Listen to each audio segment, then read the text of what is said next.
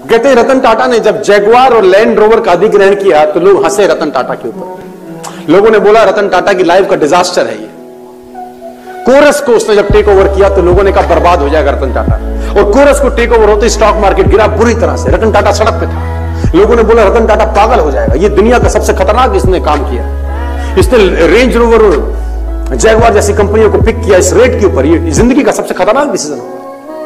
लेकिन मैं रतन टाटा की लाइन आज भी बोलता हूं, दुनिया को पता है। कहता मैं कोई गलत निर्णय सही नहीं लेता, मैं निर्णय ले लेता हूं फिर उसको सही साबित करके दिखाता हूं। There is never a wrong decision or a right decision.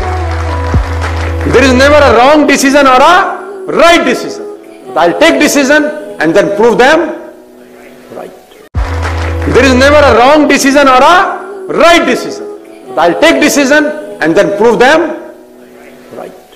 और मैं आपको बताना चाहूंगा, लोग हंसे रतन टाटा के ऊपर। आज जैगुआर और रोवर टाटा को रेवेन्यू देने वाली सबसे बड़ी कंपनियां हैं, और जिसके बारे में मजाक उड़ाया गया था।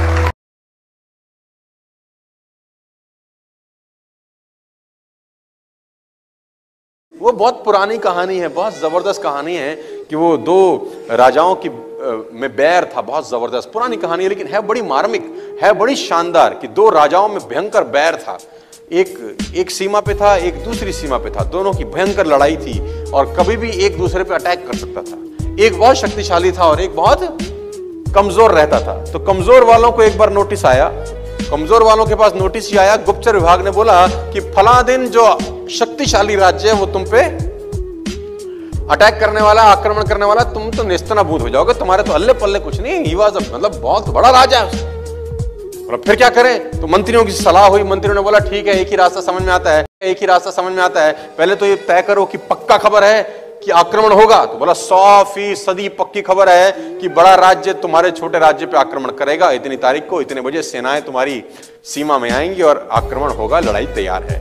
अब क्या करें? उसने बोला अब एक ही तरीका है कि उन्होंने कब आक्रमण करना है, तो बोला 3 दिन के बाद। बोला तुम एक काम करो, तुम आज रात को आक्रमण कर दो, तुम उल्टा मार दो। उन्होंने बोला हम तो वैसे मर जाएंगे भाई, खरबूजा छुरी पे गिरे कि छुरी खरबूजे पे गिरे, कटना तो आखिरी में खरबूजे को ही है। तो बोला हम चले जाएं तो क्या होगा?